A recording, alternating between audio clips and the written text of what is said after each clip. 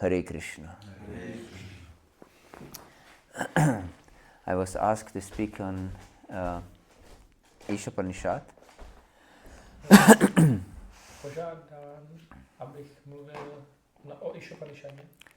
So we'll make an overview of Īśopaniṣad, which has 18 verses and invocation.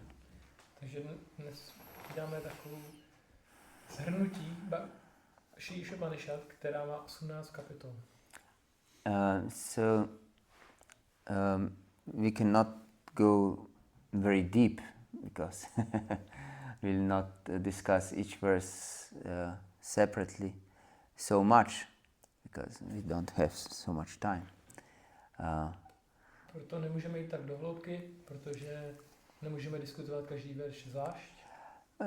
But we will do an overview of Śrī Īśopaniṣad that we get some idea what is the message of Śrī Īśopaniṣad. Ale podíváme se na shrnutí Śrī Īśopanišady, abychom pochopili, co je její poslání. So Īśopaniṣad begins with it's a part of Yajurveda and it begins with invocation. Śrī Īśopanišad je součást Yajurvedy a začíná vzýváním. And invocation means to bring something in sound. Vzývání znamená vnést něco do zvuku. Yes, in sound, yes. And it begins with Om, with word Om. Om Purnah Idam Purnah Idam Purnat Purnamudachyate Purnasya Purnamadaya Purnam Eva Vashishyate. Om is very significant word. Om, začíná to slovem Om a to je velice důležité slovo. In Bhagavata-dharma Krishna says, amongst in different places, in 7th chapter he says, I'm Om as a sacred syllable. I'm Om. And in the Vedas, Pranavah sarva vedeshu. Pranava means Om, the syllable Om. V Bhagavad-gítě a na jiných místech ve Vedách se píše, že Om, nebo že Krišna samotný je zvuk Káry. Yes. So you should know, and also in 10th canto, 10th chapter of Bhagavad-gita, he also says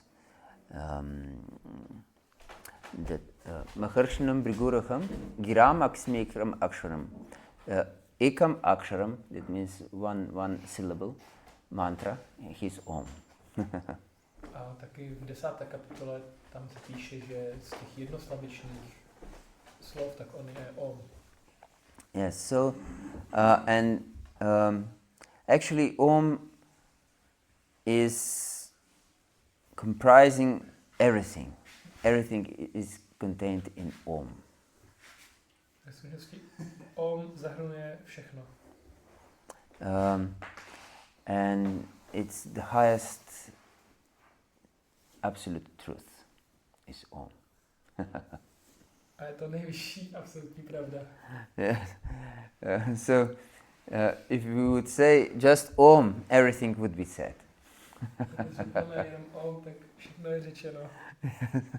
We cannot say anything outside of Om. Nemůžeme říct nic mimo Om. Yes. And Om is compiled with 3 letters, A, U, and M. A Om se sestává ze 3 písmen A, U a M. And A is Krishna. A znamená Krishna. Yes. Aksharanam akarosmi, says Krishna in 10th chapter of Bhagavad-gita. Amongst the letters, I'm the letter A. V 10. kapitole Krishna říká, že ze všech písmen já jsem A. Yes, that means A is Krishna. To znamená A, Krishna.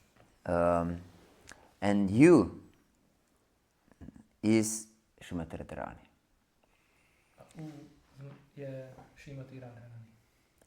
And M is living entity. M je živá bytost. And this Chandra Bindu on M, this dot on M means bhakti. A ta Chandra Bindu, ta tečka nad tím M, tak to znamená bhakti. Yes, so Om contains everything. It contains Krishna, Śrīmati Radharani, ourselves, our relationship with Krishna, the whole spiritual world.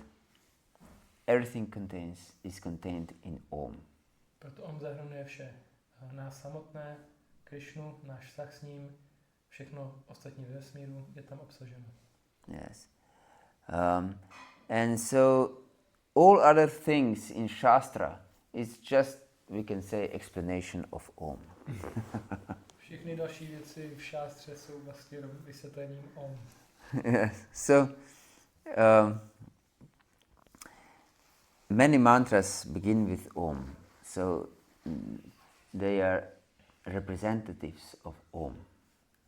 Mnoho manter začíná slovem Om, takže reprezentují to Om. Yes. So that we should always remember that we are servants of Radha and Krishna. Vždy bychom měli pamatovat, že jsme služebníky Rádhy a Krišny. Yes. This is the meaning of Om. To je význam slova Om. And this first invocation in Īśopaniṣad then explains Om Purnamidam Purnat Purnamudachyati Purnasya Purnam Adaya Purnam Eva Vashishyati. I will read the translation.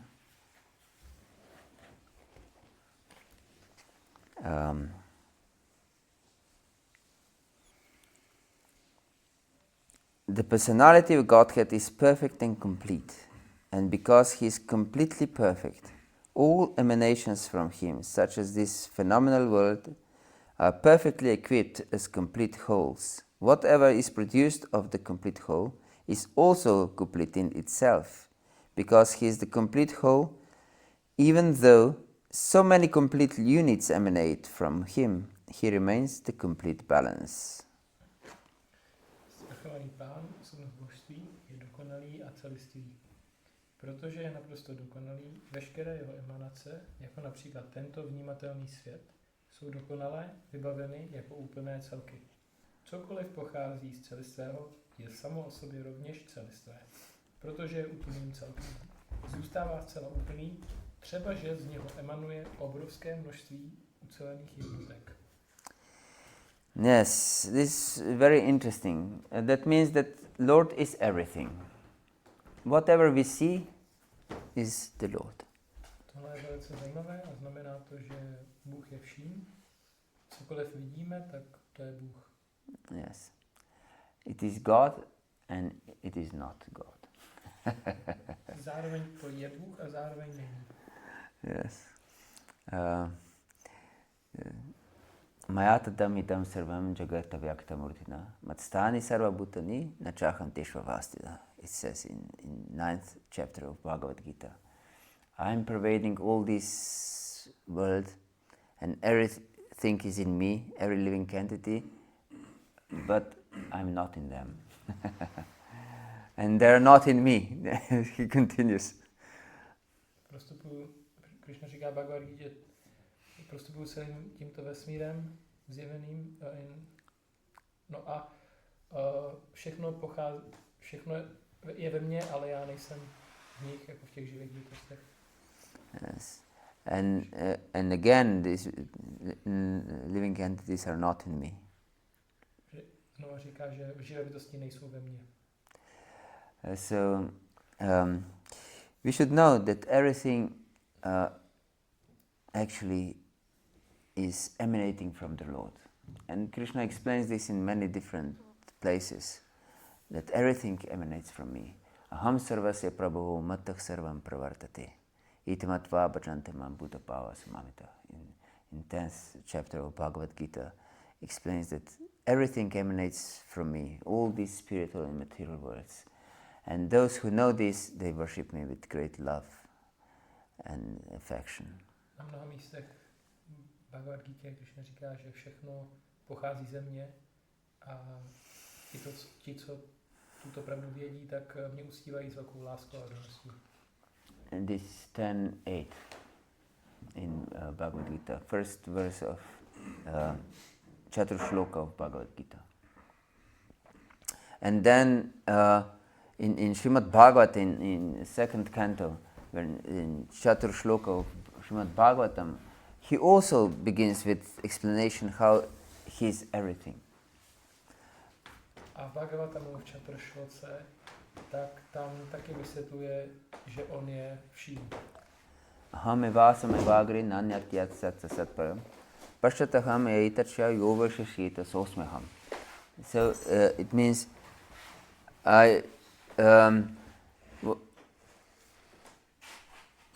what was in the past, that was only me. Tam vysvětluje, že vše v minulosti, to jsem jenom já. And what is now is only me. Vše, co je teď, to jsem taky já. And in the future, what will remain will be also only me. A co bude v budoucnosti, tak to jsem taky jenom já. And in next verse he explains that whatever is seemingly not related to him is only illusory energy. A v posledním verši této části tak tam píše, že cokoliv, co se zdá, že není s ním spojeno, tak to je vlastně jeho iluzorní energie. Yes. So it's also he himself, but it just creates an illusion that we don't perceive him. Je to taky on samotný, ale vytváří to iluzi, že my ho nepřijímáme. Yes. Like a magician can disappear and appear again. Jako kouzelník, tak on se může zjevit a zmizet. Yes. So this is very important message in the beginning of Īśopaniṣad, that we should first understand that Lord is everywhere, and our duty, and of course we are also part of the Lord, and this is Achintya Bheda Abheda Tattva. We are simultaneously the Lord himself and not the Lord himself, because we are separate. Na začátku Īśopanišady je důležité sdělení, že všechno patří Pánu.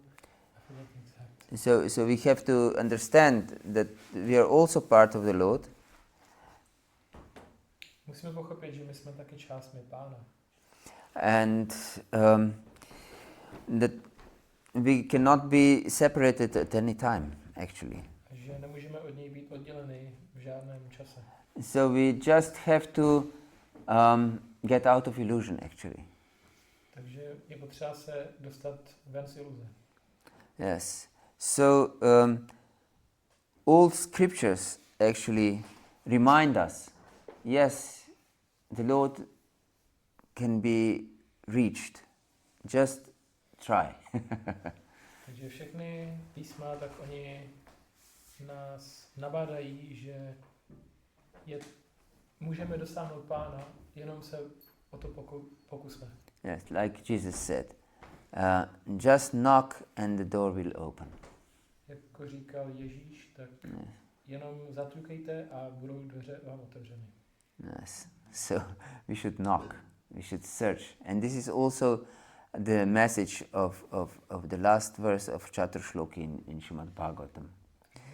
Měli bychom tedy zaťukat, měli bychom hledat A to je zároveň, co se píše Čatušloky Bhagavatam. Yes. Itavateva jigyasan tatva jigyasanatmana anvaya vyatirikabhyam yat sarvatra sarvada. That we should search for this absolute truth in all circumstances, at all times, and directly and indirectly. Měli bychom hledat absolutní pravdu za všech podmínek, ať už přímo či nepřímo. And it is said in first canto of Bhagavatam that jivasya tattva jigyasa, that we live only for searching for the absolute truth. A na začátku prvního kanta tam je tak řečeno, že žijeme jenom pro pochopení absolutní pravdy. Yes, and in Vedanta Sutra begins with atato brahma jigyasa. Now is the time for searching for the absolute truth. A začátek Vedanta Sutry, tam se píše, že teď je čas na zkoumání absolutní, na dotazování se na absolutní pravdu. Yes, so this indicates that its only purpose of our life is to find the Lord, to connect with the Lord. To poukazuje na to, že jediným cílem života je najít Pána. Yes, everything else is useless. Všechno ostatní je k ničemu.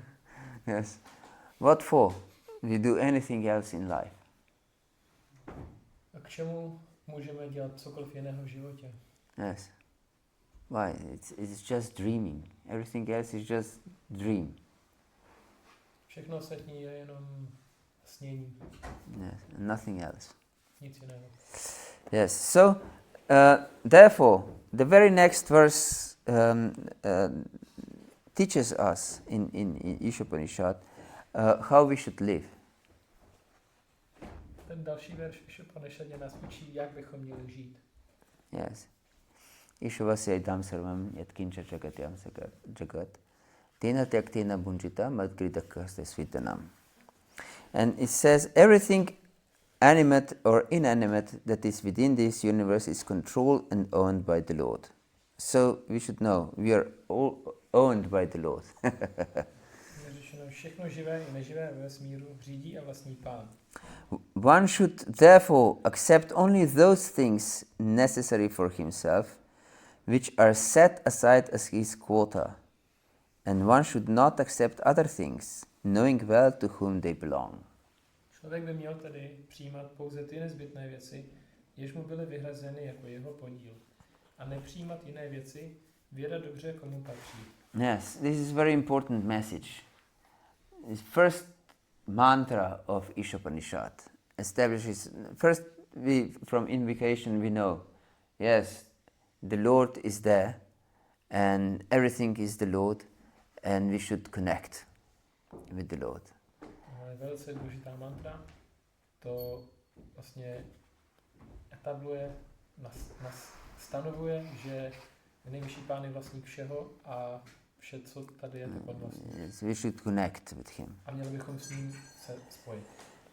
And here it is explained how we connect. A tady je napsáno, jak bychom měli se s ním spojit. First we should live very simply. V první řadě bychom měli žít velice jednoduše. Because if we complicate our life, then we become immersed in metta. Protože když budeme komplikovat náš život, tak se pohroužíme do hmoty.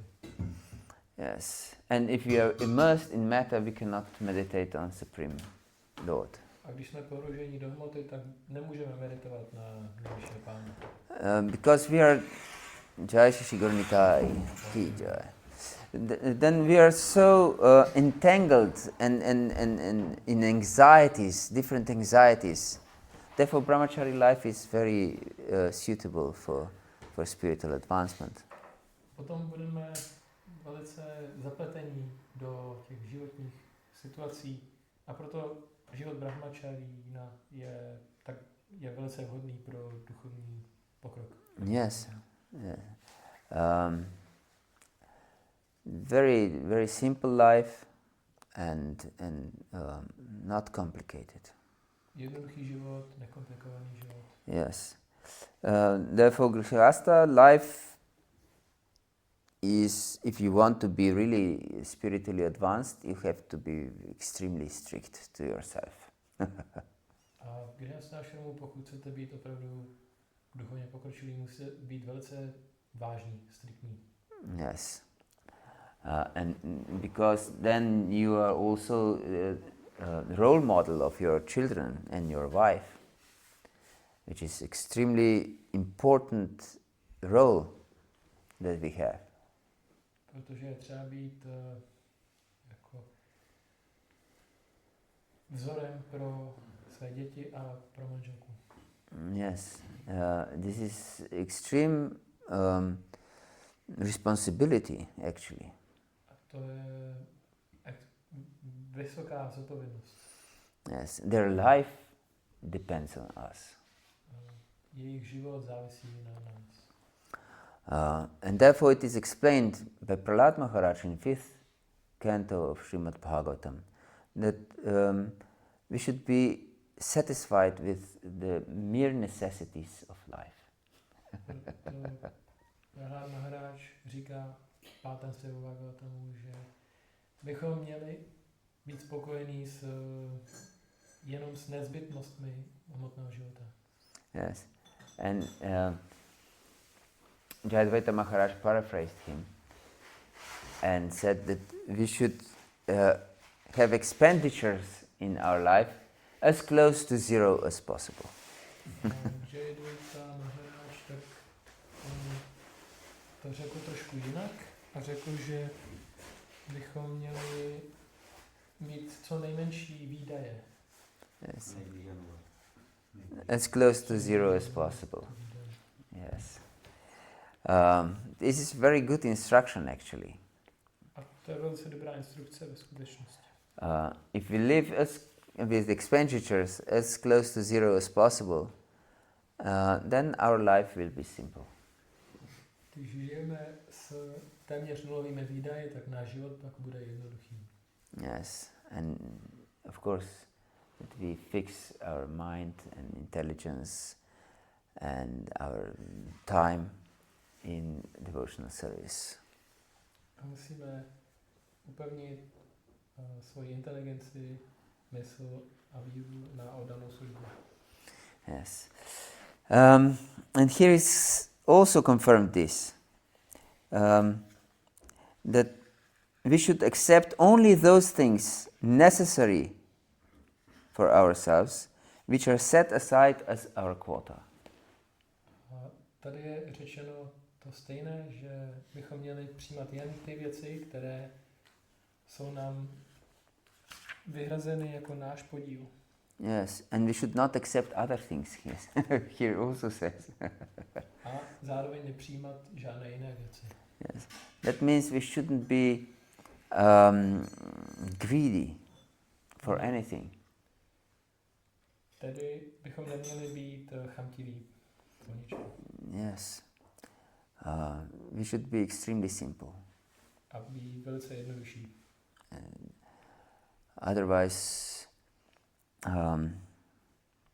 our life in Krishna consciousness will not be really sincere. Jinak náš život v Krišna vědomí nebude velice upřímný. Yes. So we should live simply. Proto bychom měli žít jednoduše. And the next verse explains that if we live in this way, then we can go on happily living, no problem. Další verš vysvětluje, že pokud takto budeme žít, tak můžeme takhle žít šťastně. And we will not be entangled in karma. A nebudeme zapleteni do karmy. It's important to understand that devotees, they don't have karma. Je velice důležité pochopit, že oddaní nemají karmu. Yes, because karma has no power to connect us to Krishna. Protože karma nemá žádnou moc nás spojit s Krišnou. Yes, we are under, if one is devotee, or even sadhaka. It is explained by our acharyas that when we engage in devotional service, that means we perform bhajana kriya. Pokud je někdo oddaný, a je řečeno taky sadhaka, tak když vykonáváme oddanou službu na úrovni bhajana kriya, he's free from karma. tak je osvobozený od karmy. That means that he's under direct jurisdiction of Krishna. To znamená, že je pod přímým dohledem Krišny. And there is an example of this. A existuje jeden příklad tohoto. Then devotee is like someone who is employed by the king himself in the court. He lives in the court with the king. Oddaný je jako někdo, kdo žije na královském dvoře. And he's servant of a king. A je to služebník krále. And this servant is under direct jurisdiction of a king. Tento služebník je pod přímým dohledem krále. And if he does something that is against the law, he is not punishable by the law of the state. A pokud udělá něco, co porušuje zákon, tak není odsouzen tím státním zákonem. But Krishna or king himself punishes him or not. Ale ten král samotný mu udílí ten trest, ale Sometimes he does something that is not punishable by the law at all. někdy dělá něco, co není vůbec hodno trestu tím zákonem. But king punishes him nevertheless. Ale přesto ho král potrestá. Yes. But sometimes he does something that is not according to the law of the state, but the king doesn't bother. A někdy udělá něco, co je protizákonné a král se o to nestará. So the devotee is the same. Krishna looks what is beneficial for him and what is not beneficial. Podobně je to s oddaným. Krišna se dívá na to, co je vhodné pro toho oddaného a co není pro něj, co mu nepřinese nějak And so he gives suffering and enjoyment to the devotee according to his judgment, what is good for the devotee and what's not. Takže on dává požitek a utrpení tomu oddanému podle toho, co je pro něj správné. And it looks like karma, A vypadá to jako karma, but actually it's Krishna's mercy. ale je to ve skutečnosti Krišnova milost. Yes, and this is confirmed also by Brahma's prayers. Tatenu kampamsa samikshamo bunjana vatmakritam pipakam. Kritvakva purbir vidadanamaste jivita mukti pate sadaiva. That everything that is happening to me, all this suffering, I take it as your mercy, my Lord. To je potvrzeno i v modlitbách Pána Brahmy, kde říká, že cokoliv se mi děje, všechno tohle utrpení, já to beru jako tvoji milost, Pane. Yes, and one who has such attitude, he is the rightful heir of the spiritual world. A ten, kdo má takovýto postoj, tak on je právoplatným dědicem duchovního království. So this verse says, the second mantra says that this is the only alternative. There is no other way for a man to live such a life. A v té druhé mantře taky je řečeno, že není žádné jiné cesty, jak žít pro člověka. And the third mantra says that if you don't live like this, you are a killer of the soul. Then we'll just be caught in this grinding machine. We will just die again and again and again. We will be crushed to death. A třetí mantra, tak tam se říká, že pokud takhle nebudeme žít, pokud zabijíme duši, tak budeme semleti. Yes, we'll be grind to death. Yes. Yes. And here it says, must enter into the planets known as world of the faithless asuras, full of darkness and ignorance.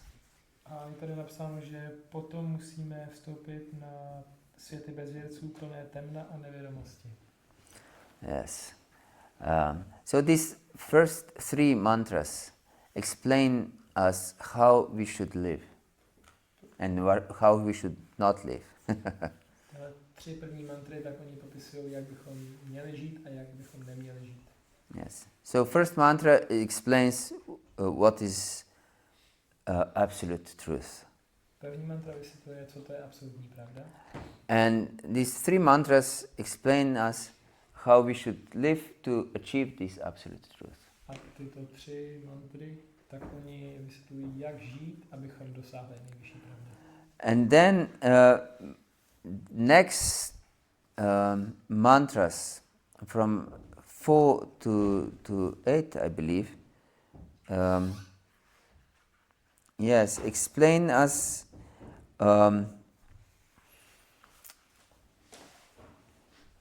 how the Lord is manifest in this world and how he is inconceivable. A další čtyři mantry, čtvrtá až osmá, tak oni vysvětlují, jak Pán je nepochopitelný a jak se manifestuje v tomhle světě. Yes, and here it says in mantra 4 that these different contradictions are used just to understand that he's beyond our understanding.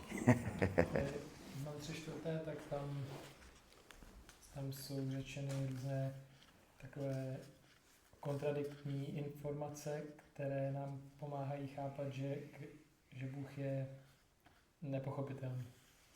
Yes, and also in mantra, in next mantra, in fifth mantra. A v páté mantře? So the fourth mantra says, although fixed in his abode, the personality of Godhead is swifter than the mind and can overcome all others running. V té čtvrté je řečeno, že třeba, že nejvyšší Pán se trvá ve svém sídle, je rychlejší než myšlenka a může se pohybovat rychleji než kdokoliv jiný. So he's fixed in one place, but he's faster than anyone else.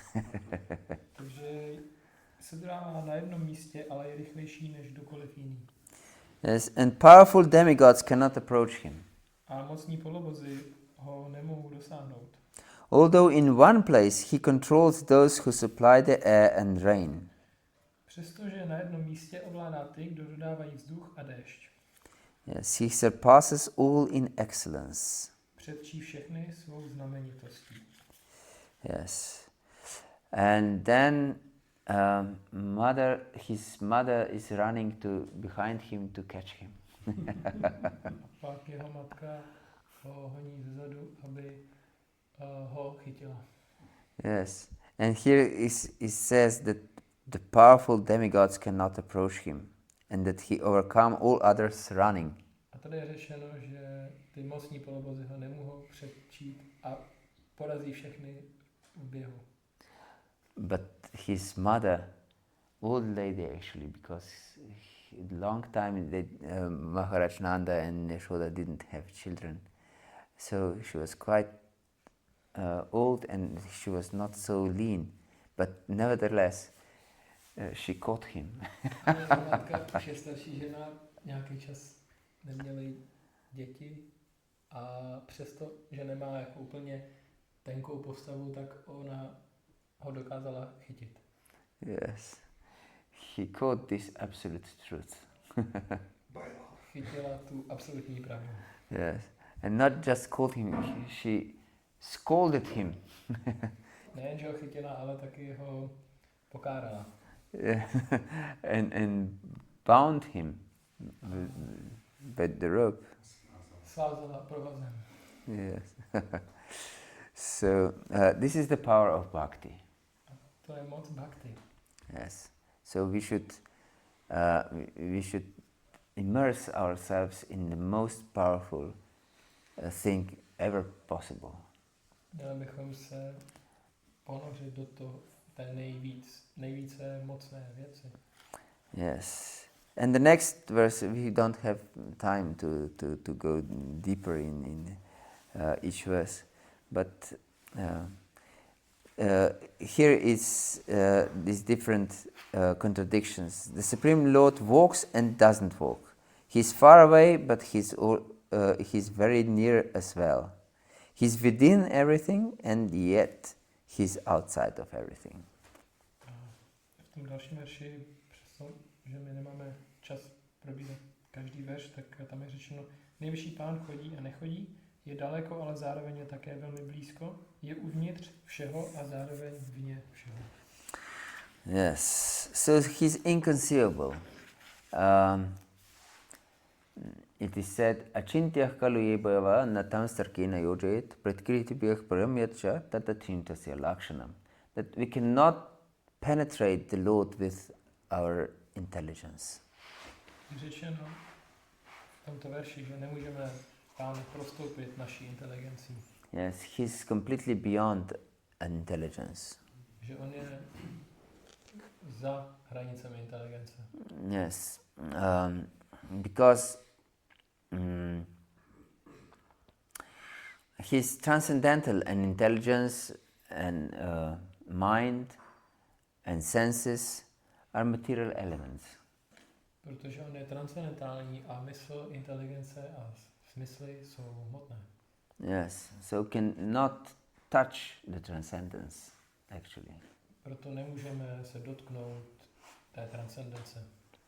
Yes, so we should understand that he comprises all these different, apparently contradictory qualities. Proto bychom měli pochopit, že on sestává z těchto protikladných kvalit. And also in Bhagavad-gita it is explained, sarvatah padipadam patat sarvatok shikshuramutram sarvatak shruti-malluke sarvam avritya tishtati. Everywhere there are his faces, his hands, his legs. Taky v Bhagavad-gitě je řečeno, že všude jsou jeho tváře, ruce, ústa, nohy. Yes, so we should understand that we can establish personal relationship with him, because he can be also present in our heart. Měli bychom proto vědět, že s ním můžeme najít osobní vztah, protože on je taky v našem srdci. Yes, this is very important to understand, that always strive for this personal meditation. Yes, whatever you do, you're told by temple commander or temple president or, to do something, to wipe the floor in the temple room, for example, I don't know, or to clean the toilets or anything. But if I meditate, to je taky velmi důležité mít tu osobní meditaci, když nám třeba temple commander řekne, abychom uklidili záchod nebo chrámovou místnost. If you meditate, yes, I'm your servant, my Lord, and this is perfect service that I can do for you, even if just menial service. Měl bych meditovat, jsem tvůj služebník, i kdyby to byla nějaká podřadná služba. Then we are situated in most perfect position, actually. Potom budeme umístěni v té nejdokonalejším postavení. But if we don't have this consciousness, this attitude, then we may perform the same service. A pokud nemáme toto vědomí, tento postoj, tak můžeme vykonávat tu stejnou službu. we don't achieve anything by it. Ale nedosáhneme ničeho. Yes, because the consciousness is what counts. If we perform with grudge, why I have to perform this? Why this devotee doesn't do this? Protože záleží na tom vědomí a když třeba něco děláme nechtěně, že to zavzíráme tomu druhému nebo s nějakými negativními pocity, tak to pak nemá ten stejný efekt. Yes. So depends on our consciousness how we perform, not just what we perform, but how we perform something. With what kind of consciousness? Proto to záleží na našem vědomí, nejen co děláme, ale jak to vykonáváme. So in sixth mantra, it is explained that he who sees systematically everything in relation to the Supreme Lord, who sees all living entities as his parts and parcels, and who sees the Supreme Lord within everything, never hates anything or any being. V šestém mantře je řečeno, že kdo vidí všechno ve vztahu k nejvyššímu pánu, kdo vidí všechny bytosti jako jeho části a kdo spatřuje nejvyššího pána ve všem, ten nikdy nic a nikoho nemůže nenávidět. This is very important message, because if we understand that Lord is in everywhere, tohle je velice podstatná zpráva, protože ten, kdo chápe, že Bůh je ve všem a ve všech. Yes, and in every living entity. A v každé živé bytosti. And that every living entity are in the Lord. A že všechny živé bytosti jsou v Pánu. Then we cannot hate anyone. Tak nemůžeme nikoho nenávidět. Because if we hate any living entity, it means that we hate the Lord also. Pokud nenávidíme kohokoliv, tak to znamená, že taky nenávidíme nejvyššího Pána. And if we understand that Om Purnam Adah Purnamidam, that Lord is everything, just explained, and that everything is perfect, that it means that, and that we understand that we are under the Lord's jurisdiction, as we've said before. A pokud chápeme, že Pán je úplný a že my jsme pod jeho úplnou vládou, then if we hate anyone, potom když kohokoliv nenávidíme, it means that we didn't realize actually that the Lord is in everything. Actually what is happening, this is what I wanted to say. Whatever is happening just for our benefit. Tak to znamená, že jsme něco nerealizovali a měli bychom vědět, že to, co se děje, tak to je ve skutečnosti pro náš prospěch. Yes, whatever is happening to us. Maybe is something terrible is happening to us. Cokoliv se děje, tak i když se děje něco špatného. Yes. Maybe, I don't know, our house burns down. Třeba náš dům někdo podpálí. Yes. For example, there are great fires in Los Angeles. Have you heard about this? Například teď jsou velké požáry v Los Angeles. Yes. Thousands of houses are burnt down. A tisíce domů tam shořou. Yes. But we should understand, if we are a devotee, if this happens to us, of course it's painful. Měli bychom chápat jako oddaní, že pokud se nám to stane, tak je to bolestivé. But we should know, it's perfect arrangement for me by my merciful Lord. Ale měli bychom vědět, že pro mě to je vlastně dokonalý aranžmán nejvyššího Pána. Yes. And it's specially meant for me. A je to obzvláště pro mě určené. If we take in this way, then we can become perfect. Pokud to přijmeme tímto způsobem, můžeme se stát dokonalými. Yes.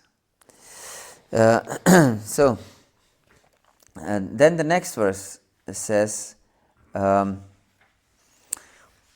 one who always sees all living entities as spiritual sparks, in quality one with the Lord, becomes a true knower of things. Then, what then can be illusion or anxiety for him? Kdo stále vidí všechny živé bytosti jako duchovní jiskry téže kvality jako Pán, stane se opravdovým znalcem věcí. Co pak pro něho může znamenat úzkost, co kladu? Yes, so this also explains what we have just said, that everything is perfect Lord's mercy for us. To také vysvětluje to, o čem jsme teď mluvili, že všechno je dokonalá milost nejvyššího Pána. Yes. So we should meditate on these shlokas deeply. Měli bychom meditovat nad těmito verši velice hluboce. Yes, and this is and then the eighth mantra is the last in this part, which explains the relationship of the living entity and the Lord, and how the Lord is inconceivable. Jai Shri Guru Nitai ki jai. Such a person must factually know the greatest of all, the personality of Godhead, who is unembodied, omniscient, beyond reproach, without veins, pure and uncontaminated, the self-sufficient philosopher who has been fulfilling everyone's desire since time immemorial. Ta osoba musí skutečně znát toho, kdo je největší ze všech, osobnost božství, nevtělený, vševědoucí, bezúhonný, bez žil, čistý a neposkvrněný, soběstačný filozof, jenž od nepaměti plní přání všech bytostí. Yes, this also explains, so he's fulfilling everyone's desire. Tohle popisuje, že on naplňuje přání všech. He's maintainer of every living entity, actually. Je udržovatelem všech živých bytostí. This is also explained in 15th chapter of Bhagavata-gita. Kamavishyacha bhuta nidharam yaham ochasa pushnami chaushadik sarvaha somabhutvara satmakaha. So, to je taky řešeno v 15. kapitole. How his juice supplying for different vegetables that they grow and we can be maintained by them. Že on vlastně dává šťávu různým zeleninám a udržuje je. And in next verse, also in 15th chapter, explains how he's the fire of digestion. A v té další verši, tak tam se popisuje, že on je taky trávícím ohněm. So we cannot live without Lord's mercy even for a moment, actually. Proto nemůžeme žít bez milosti Pána ani na okamžik. Yes. If even our breathing would depend on ourselves. Dokonce i naše dýchání nezáleží jen na nás. If we go to sleep, then we'll die because we cannot control our breathing anymore. Kdybychom usnuli, tak bychom umřeli, protože neovládáme svůj dech. Yes. So we are completely dependent on the mercy of the Lord all the time. Proto jsme zcela závislí na milosti Pána. Neustále. Even if we are most ardent atheists. Dokonce i když jsme ti nejvíce zatvrzelí ateisté.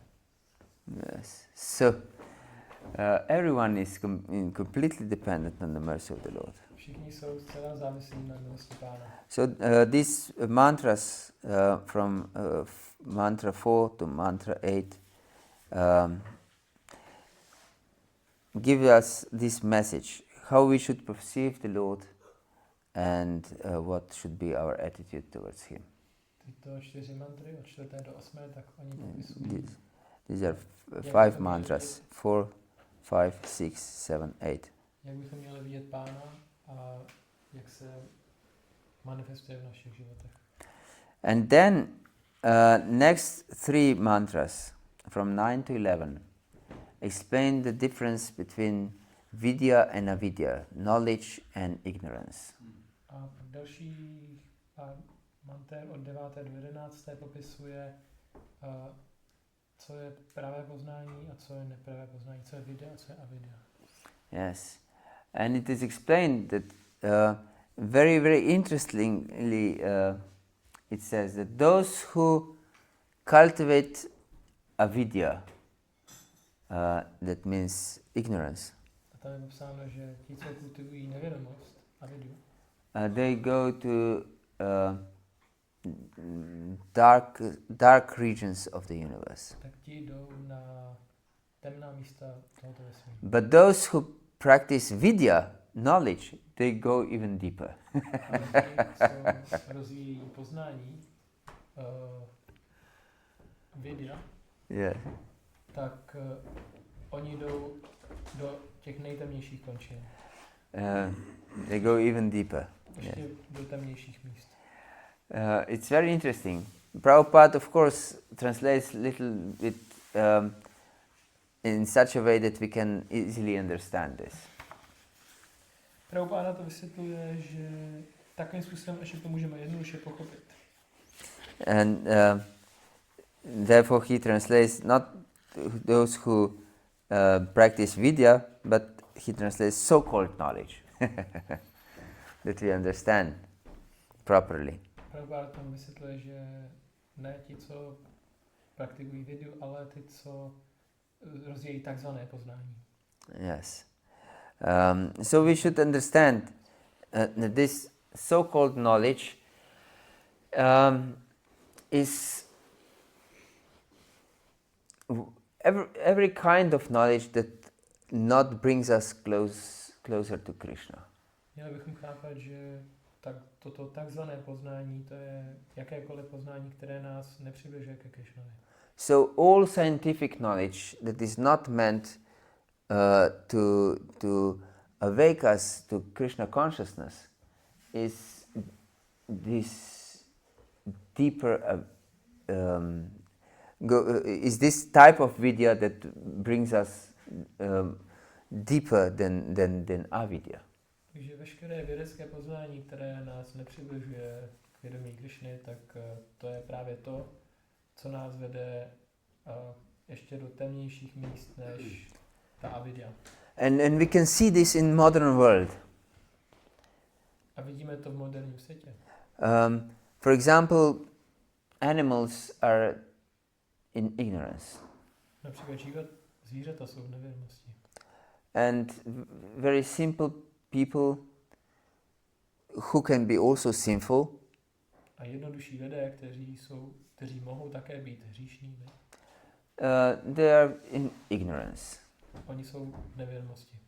And of course, such people, they go in darkest regions of the universe. A takoví lidé samozřejmě jdou do těch nejtemnějších míst nevědomosti. But if someone is great scientist, for example, Ale pokud je někdo velký vědec, but he's not a devotee, ale není oddaný, he can create extreme harm, not just for himself, but for the whole world. Může hodně ublížit nejen sobě, ale celému světu. With his intelligence, Svojí inteligenci, with his knowledge. svým poznáním. So his knowledge, his vidya, brings him even deeper than this ignorance. Takže jeho poznání, jeho videa, tak ho dovede ještě do temnějších míst, než Yes. ta nevědomost. Because he doesn't destroy only his own life, but he destroys life of every living entity, actually. Protože ne, že zničí svůj život, ale život všech živých. Yes. So it's important to understand this. Takže je důležité to chápat. And in next verse that explains that one thing we attain with vidya and another with avidya. A další verš vysvětluje, že jednoho výsledku dosáhneme pomocí vidy a pomocí avidy jiného výsledku. Yes.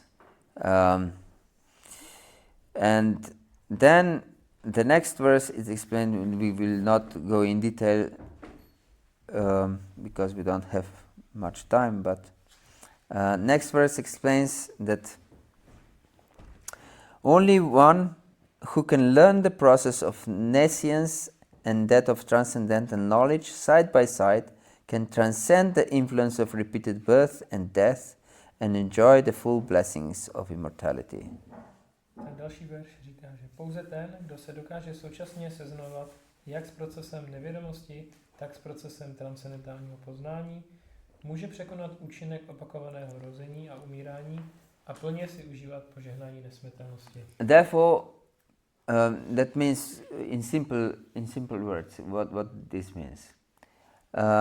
This means that we should understand how Maya works.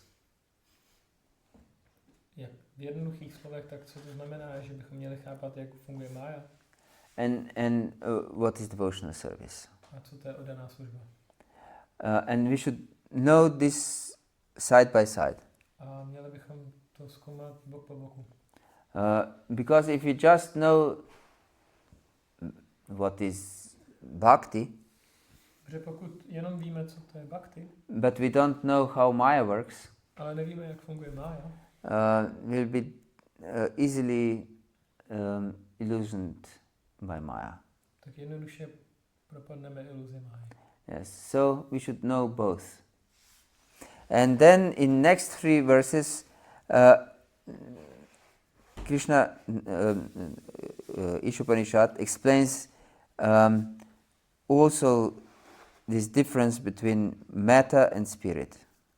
A tohle bychom tedy měli znát. A v dalších 3 verších, tak tam Īśopaniṣada popisuje rozdíl mezi hmotou a duší.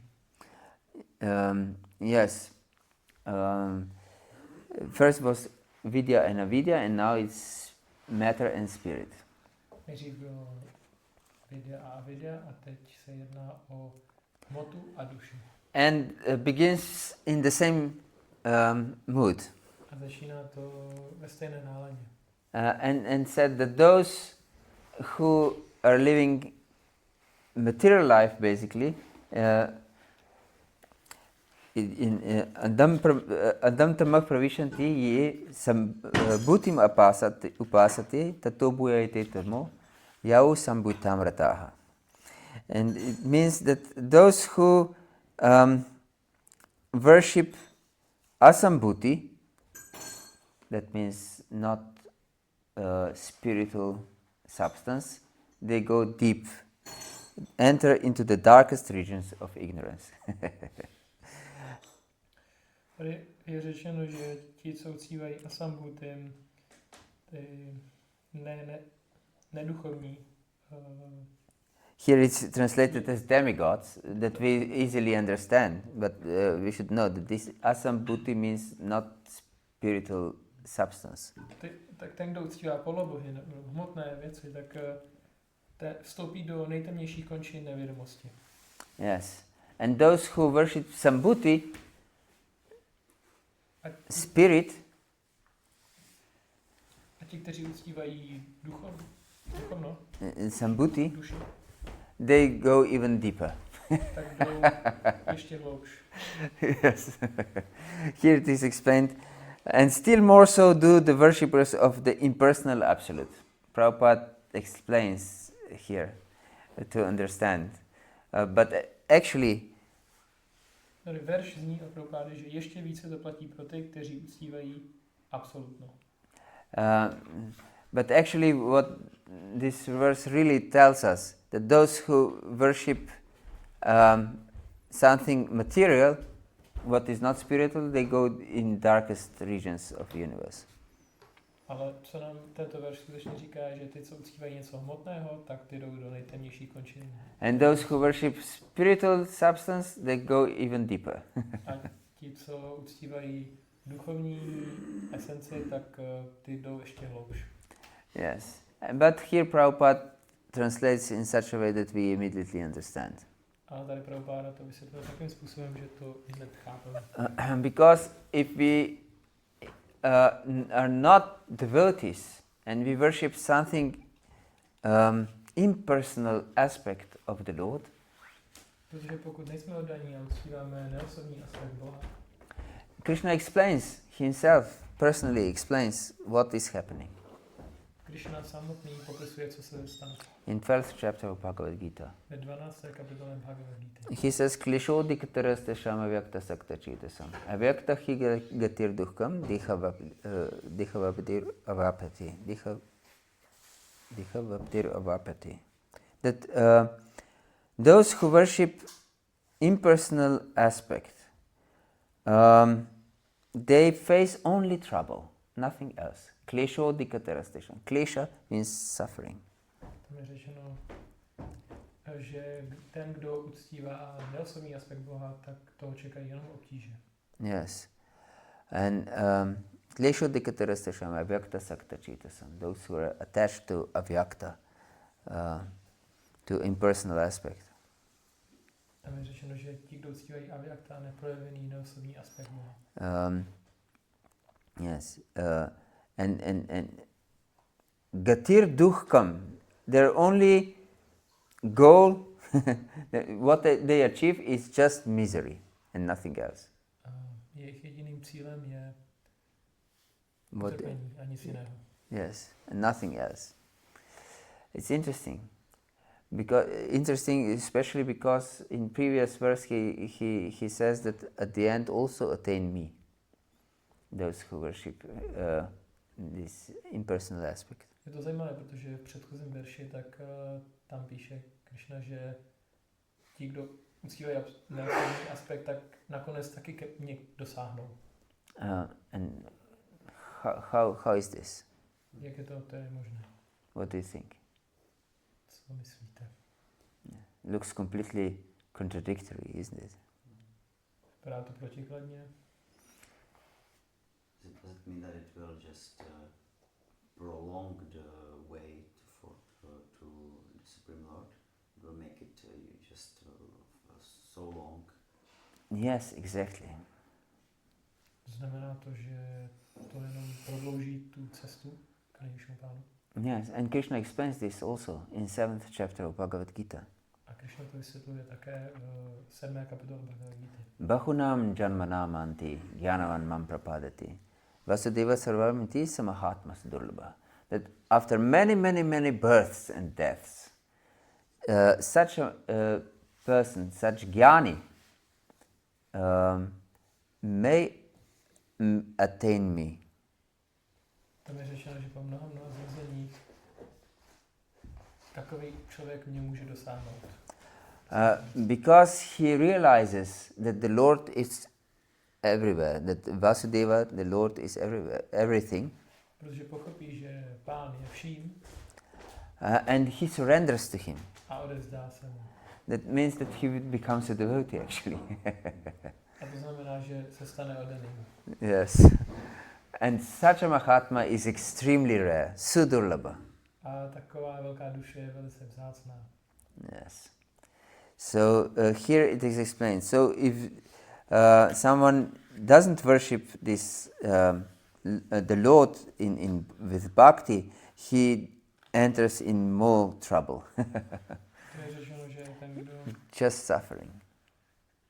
Neuctívá, nevykoná bhakti, tak jenom dosáhne většího utrpení. And then it says that one thing we achieve by worship of Sambhuti and one with Asambhuti. A dále je řečeno, že jednoho výsledku získáme uctíváním toho hmotného a uctíváním toho duchovního. Yeah. Yes. And then again, that one should know perfectly the personality of Godhead Śrī Krishna. It is said here. And his transcendental name, form, qualities and pastimes, as well as temporary material creation with temporary demigods and men and animals. Here is translation is very liberal, we can say. Not exactly. It is a purport also contained in the translation. And when one knows this, he surpasses death and ephemeral cosmic manifestation with it, and in the eternal kingdom of God he enjoys his eternal life of bliss and knowledge. Ten 14. verš je hodně rozepsaný, je jako, skoro jako výklad té mantry. A je to napsáno, že člověk by měl mít dokonalou znalost o nejvyšší pánu, Śrī Krišnovi a jeho transcendentálním jménu, podobě, vlastnostech a zábavách. Jakož i o dočasném hmotném stvoření a s jeho dočasnými polobohy, lidmi a zvířaty. Když to zná, překoná smrt a tím i pomíjí vesmírný projev a ve věčném království Boha si užívá věčného života, blaženosti a poznání. Yes. Actually, basically it says this verse that we should know side by side what is spirit and what is matter. V podstatě tady je řečeno, že bok po boku bychom měli znát, co je hmota a co je duchovní. Yes, and then we can really enter the spiritual consciousness. A potom skutečně můžeme dosáhnout duchovního vědomí. Yes, this is the message of this verse. And by this verse, actually, the philosophy of Īśopaniṣad ends. A tímto veršem končí filozofie Īśopaniṣad. And then the last 4 mantras are just prayers that Lord should reveal himself to me. A poslední 4 mantry jsou modlitby za účelem toho, aby se Bůh vyjevil. Because the Lord is covered by illusory energy. Protože Pán je pokryt svojí iluzorní energií. Yes. Naham prakashak sarvasya yoga maya samavrita. Mudayam nabijanati lokamam ajam avyam. That in 7th chapter, Lord Krishna explains that he doesn't reveal himself just to anyone because he's covered by yoga maya. Tam Krishna říká, že nikomu se jen tak nevyjevuje, protože on je pokrytý yoga mayou. Yes. So and if you want to go beyond Maya, Krishna also explains in 7th chapter of Bhagavad-gita, Devi Hesha Gunamayi Mama Maya Duratyaya Mam Eva Ye Prapadante Maya Metantarantiti. That this Maya is not possible to overcome, but only those who surrender to me can go beyond it. A pak na jiném místě Bhagavad-gita 7 kapitola, tak tam popisuje, že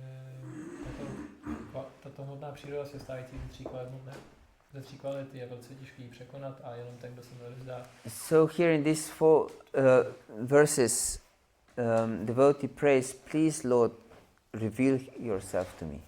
A proto v těchto 4 verších tak oddaný se modlí, Bože, prosím, vyjev se mi. Show your beautiful face. Ukaž mi tvůj krásný obličej. And please consider whatever I have done for you. A prosím tě, zváž vše, co jsem pro tebe udělal. Yes, I know that I'm insignificant.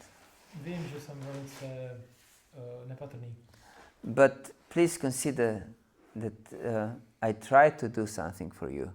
A prosím, zváž to, že jsem se něco pro tebe snažil dělat. Yes, and let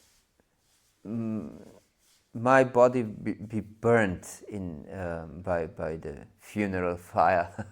A nechť můj tělo je spáleno tím ohněm. Yes. V krematorii. Yes, and my body should turn to ashes. A nechť mé tělo se stane popelem. Yes, but please Lord, accept me as your servant, actually.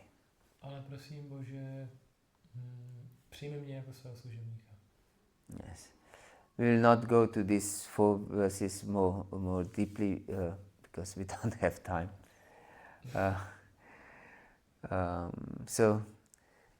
But this is the message. Nebudeme víc do hloubky, protože nemáme čas, ale tohle je to poslání. Yes. So, is there any questions or comments or doubts?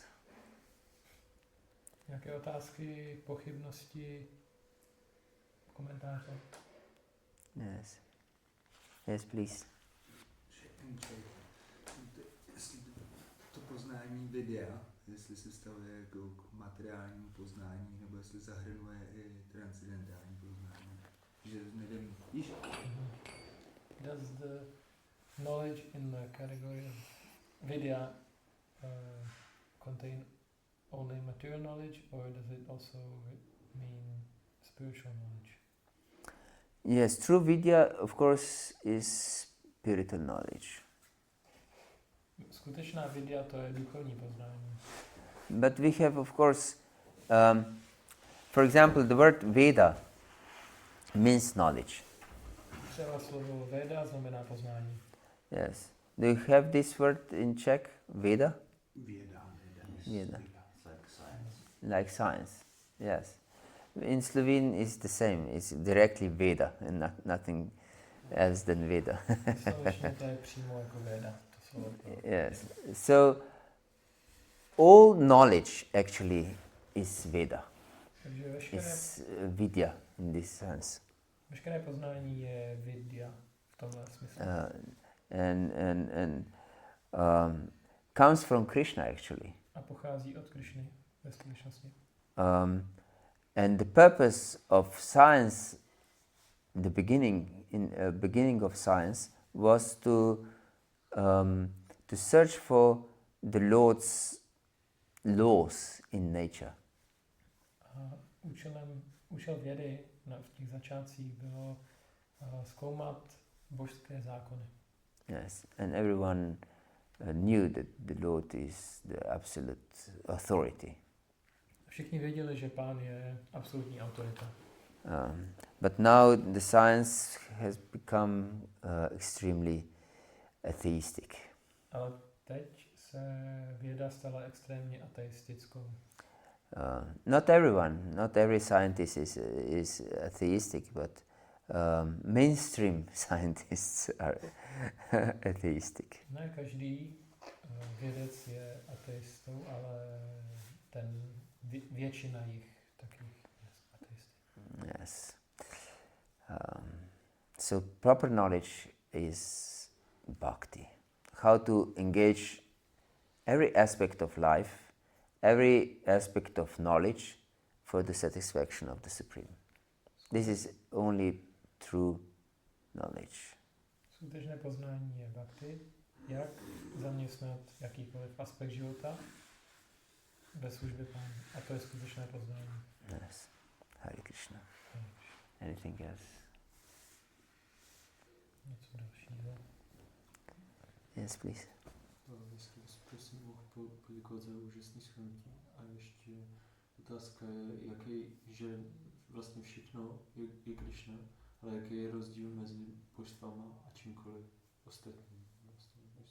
Je v tom co rozdíl? He wants to thank you for amazing lecture, amazing review, summary, and he wants to know what is, even though Krishna is everything, what is the difference between Krishna in the form of deities and Krishna himself? And everything else. Actually, we can also apply our philosophy of Achintya Bheda Bheda Tattva. Tady můžeme taky aplikovat filozofii Achintya Bheda Tattva. Actually, everything else is just Krishna as the deity is just Krishna. Všechno ostatní je tak stejně Krishna, jako je božstvo Krishna. But in everything else, he's not as available for us as is in the Murti of Krishna. Ale ve všem jiném, tak on není tak přístupný nám, jako ve své podobě Archamurti. Yes, Krishna appears as different incarnations and as Archa Vigraha for only one purpose, to attract our devotion. Krišna se zjevuje v různých inkarnacích a také jako podoba Archamurti, aby přitáhl naši pozornost. And we know from Brahma Samhita that Pramanjita Churita Bhakti Vilochanena, that devotee whose eyes are anointed with love for Krishna, he sees Shyamasundara everywhere. Víme z Brahma Samhity, že oddaný, jehož oči jsou potřené láskou, tak vidí Pána Shyamasundara všude. Yes. So, and Prabhupada explains that this, he really sees Shyamasundara, he's not just imagining. A Prabhupada popisuje, že skutečně vidí Pána Shyamasundara a že to není jen představa. And when Prabhupada and his disciples were walking through this Bovary, the most darkest, deepest ghetto in New York City, everything was extremely bad smelling.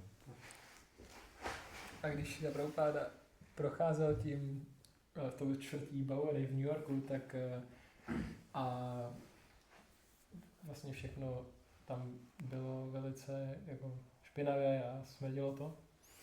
And drunkards were lying in the streets. A váleli se tam opilci na ulicích. And everything was littered with garbage. A všechno bylo pokryté špínou. And devotees were quite disgusted. Tak oddaní z toho, jim se to nelíbilo, byli znechucení tím. And they mentioned this to Prabhupada, how disgusting is this place. A zmínili Prabhupadovi, jak to je nechutné místo. And Prabhupada said that actually this is Vaikuntha, can't you see? Prabhupada řekl, tohle je věc, že si Vaikuntha, vy to nevidíte. Yes, he saw Vaikuntha there. He saw Krishna, how he's playing with cows and cowherd girls. Takže on viděl Vaikunthu na tom místě, jak Krishna si hraje s pasáčky a pasáčkami. Yes, and cows, with cows. A s krávy. Yes. So, if we have such a vision, then we realize that everything actually is Krishna.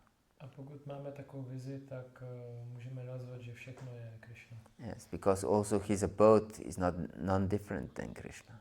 Protože jeho sídlo taky se neliší od Krishny. Yes. So, by worshipping the deity and by performing devotional service like chanting the holy name, Uctíváním božstva a prováděním oddané služby jako zpívání svatého jména. and by performing different services, as I mentioned in the beginning, like wiping the floor and other things, with this consciousness that I'm Lord's servant. A prováděním oddané služby, jako na začátku jsme zmiňovali vytírání podlahy a tak, s vědomím, že já jsem služebník Boha. Then we can gradually perceive how Lord is everywhere, and we attain great loving relationship with Him. Tak pak můžeme postupně realizovat, jak Bůh je vším a najít láskyplný vztah k němu. Is this okay? Hare Krishna. Je to těžký to přijmout. Yes. Difficult to accept. Yes. You have just to practice this. You wanted to? Yeah, I had a question regarding simplicity, and it came to my mind the example of Sudama Brahmana. Yes. He was living very simple, Brahmana, but his wife was not satisfied because they were too much poor. So she pushed him, go to Krishna, ask him. And then when he came back, his house became like a palace and so much wealth everywhere. Yes. So it sounds like curse for Brahmana, to have such things. And so how to understand properly this pastime? Yes. First, it is explained. Will you translate? Já jsem se chtěl zeptat ohledně té jednoduchosti, že mi přišel na mysl příklad z toho Sudáma Brahmany, který žil velice jednoduše, odříkavě, ale byli tak chudí, že ta jeho manželka s tím nebyla spokojená, tak ho prostě popohnala, aby šel za Krišnou a požádal ho o něco. No a potom, když se vrátil, tak z té chatrče najednou byl palác a spousta bohatství všude a tak mi to připadá takové, že to je spíš prokletí pro toho Brahmanu, že se vrátil do takového opulentního místa teďko. So, our acharyas explain that his wife was also saintly woman. Naši ačárovi vysvětlují, že Brahmana, jeho manželka byla taky jako svatá osoba. And she wasn't dissatisfied because of herself. A nebyla nespokojená kvůli sobě. Because everything she had, she gave her husband.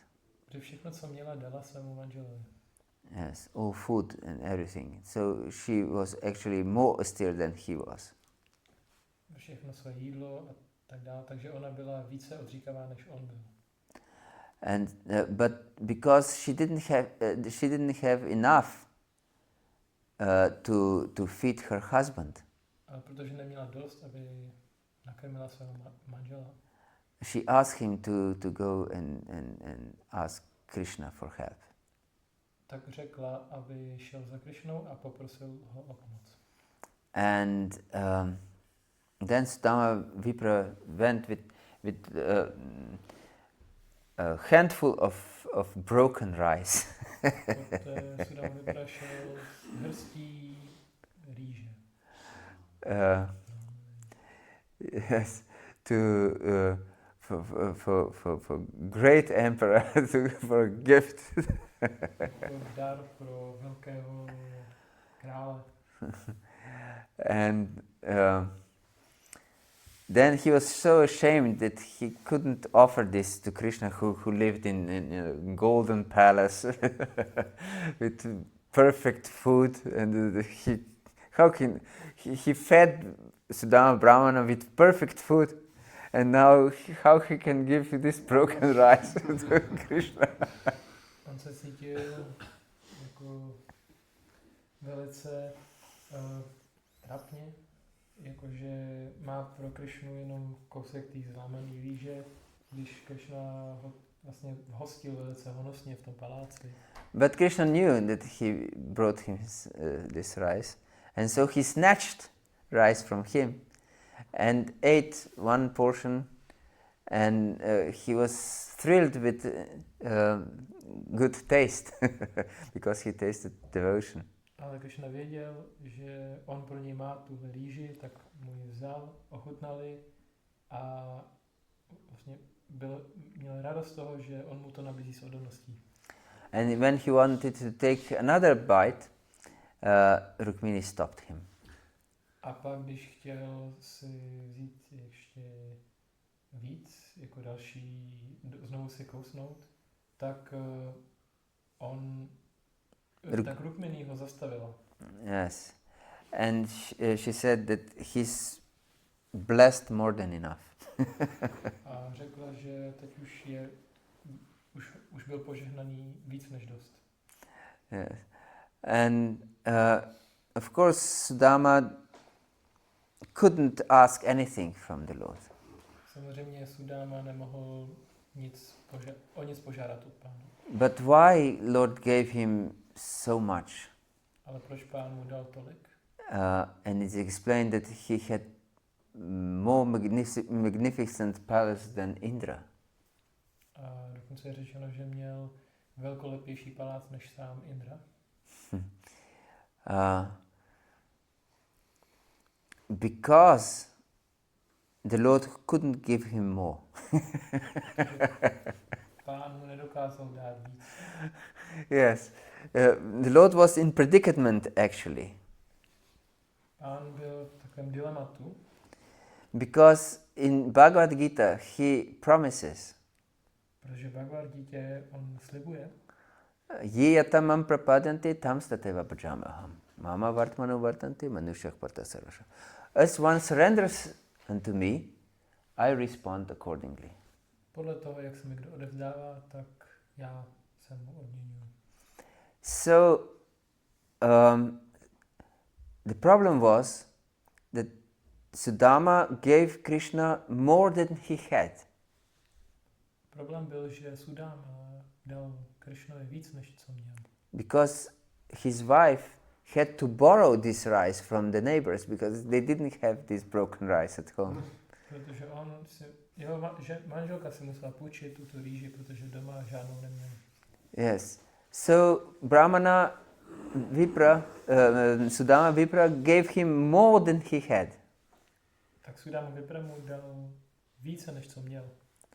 But Krishna couldn't give him more than he had because everything is Krishna's property. So nothing is more than he has. Ale Krišna mu nemohl dát víc, než co on měl, protože všechno vlastní Krišna. So he couldn't keep his promise.